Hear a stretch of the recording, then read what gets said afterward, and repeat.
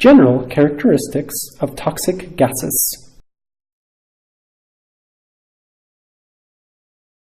If air becomes contaminated with toxic gases or vapors, these enter the airways and can injure them. Exposure is usually accidental, often occupational. Less frequently, intentional, such as suicide attempts. Nerve gases during World War I and genocide during World War II. Prevention of the exposure is based on efficient ventilation systems, adherence to workplace safety limits, and adequate personal protection. First aid and treatment for all cases is withdrawal from the source, oxygen supplementation, vital parameters monitoring, beta agonist for bronchospasm when needed, specific antidotes if they exist. The toxic gases are divided into the following basic groups: irritant gases, simple asphyxiants, and chemical asphyxiants.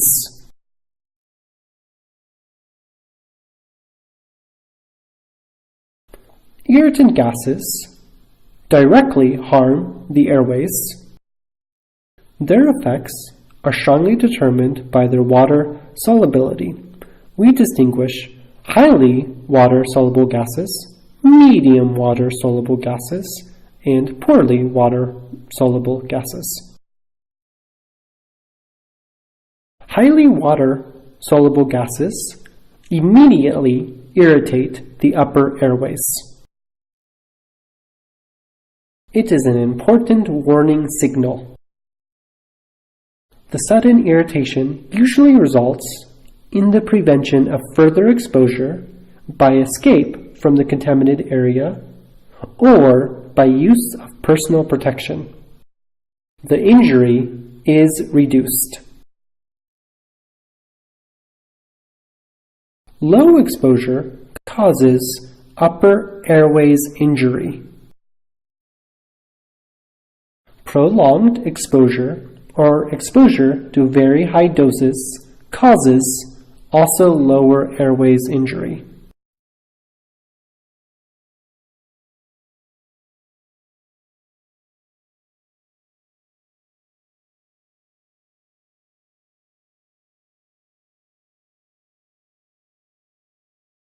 Properties of medium water-soluble gases lay between highly and poorly water-soluble gases. They cause the upper airways irritation first. Prolonged exposure leads to a lower airway injury.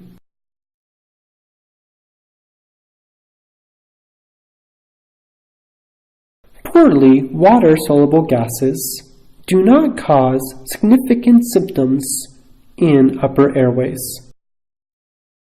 There is no initial important warning, and they easily penetrate deeply into the lungs.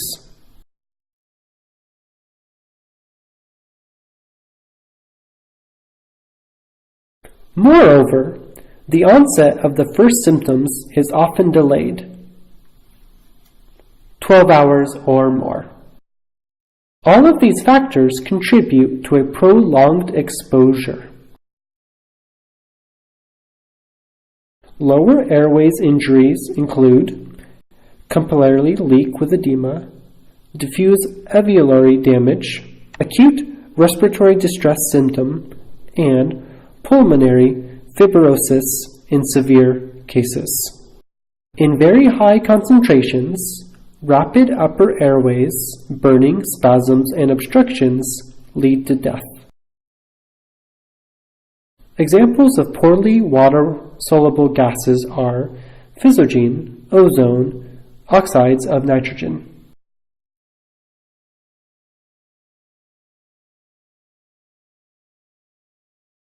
Simple asphyxiants are relatively non-pathogenic gases.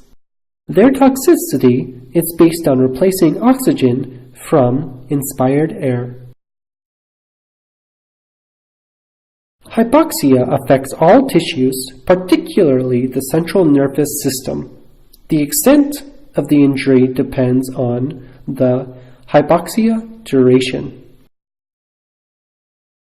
The examples of simple asphyxiants are nitrogen, carbon dioxide, simple hydrocarbons, methane, ethane, propane, and butane. They are often orderized for security reasons.